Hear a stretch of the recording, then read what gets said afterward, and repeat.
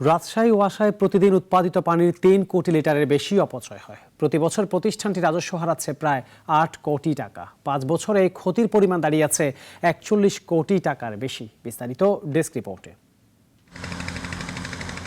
২০১০ সালে রাজশাহীতে যাত্রা শুরু করলেও এখনও নগরীর ৩০% জনগণ ওয়াসা সেবার বাইরে। প্রতিদিন নগরীতে পানির চাহিদা বাড়লেও যোগান দেওয়া সম্ভব হচ্ছে মাত্র ৯ কোটি লিটার। এর সাথে যুক্ত হচ্ছে সিস্টেম লসে অপচয় হওয়া পানির পরিমাণ। সেবার মান না বাড়িয়ে ওয়াসা পানির দাম বাড়িয়েছে অভিযোগ স্থানীয়দের। তবু ৩ বছর পর ফের পানির দাম বাড়াতে চায়। গত ১৬ অক্টোবর বোর্ড মিটিংয়ে পানির দাম ৩০% বৃদ্ধির সুপারিশের সিদ্ধান্ত হয়। লিখিত অভিযোগ করেছে, ওয়াসাকে ফোনে জানিয়েছে, তারপর কোনো ব্যবস্থা নেই। ২৫ দিন যাবৎ এইভাবে পানিটা একইভাবে বাড়তেছে। এই যে রাস্তাগুলা হচ্ছে আবার নষ্ট হয়ে যাচ্ছে, এই যে অবস্থা চলতেছে একইভাবে।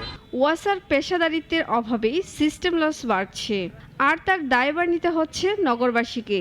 এমন অভিযোগ থাকলেও প্রশাসন বলছে ভিন্ন কথা। পরবর্তী যে ধাপটি আছে, ডিপিপি প্রণয়ন করে সরকারের যথাযথ কর্তৃপক্ষের অনুমোদন নিয়ে বাজেট প্রাপ্তির সাপেক্ষে এই প্রকল্পটি বাস্তবায়ন করতে পারলে একেবারে সিস্টেম লসটা কেন হচ্ছে, কোথায় হচ্ছে, কী কারণে হচ্ছে সেগুলোকে প্রম্পটলি এবং ইনস্ট্যান্টলি অ্যাড্রেসের মাধ্যমে সিস্টেম লসটাকে একটা যৌক্তিক পর্যায়ে নিয়ে আসা সম্ভব।